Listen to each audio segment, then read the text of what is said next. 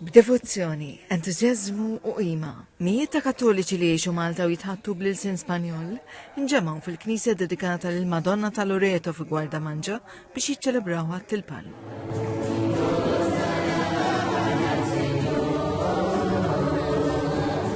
Patri Marcello Portelli li għamel 40 sena jaħdem fil-missjoni fil-Peru deskriva Ħadd il-Palm bħala waħda mill-iżjed fest importanti fil-kalendarju tal-Knisja Kattolika.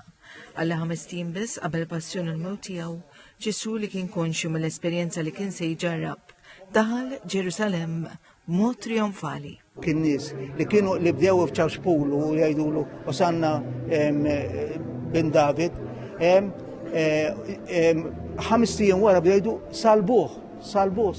Ġifieri naqra imma rrid jgħaddi minn din l-esperjenza.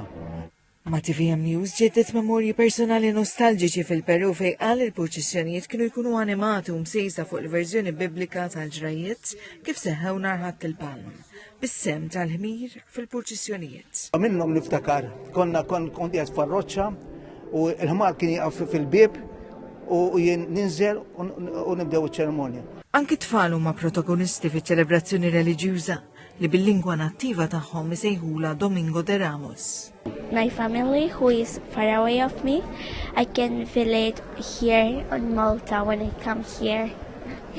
So we are gonna go there with the father and we are gonna wash their hands with plants and palms, yes, into honor to him. Jennifer Burch mill-Assoċjazzjoni qalet li waqt li s-siġar tal-palm huma komuni ferm fil-Kolombja, ġens twelida minħabba li huwa pajjiż tropikali, kuntenta li f'Malta Ħadd il-Palm huwa ċċelebrat bil-frijaj tas-siġar taż-żebbuġ. We are going to celebrate this year from Malta with olive trees instead of the palm wax of Colombia.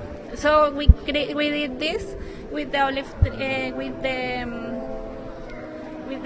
trees and we include the Virgin of Sorrow and a small prayer in Spanish. Qalet li l-Knisja u t-talb huma importanti u ċentrali biex jaqduhom mal-komunitajiet l-oħrajn ta' Spanjoli, Ewropej u Sudamerikani li qed jgħixu f'Malta u anke mal-familju l-bib tagħhom li jinsabu l-bogħod minn Malta.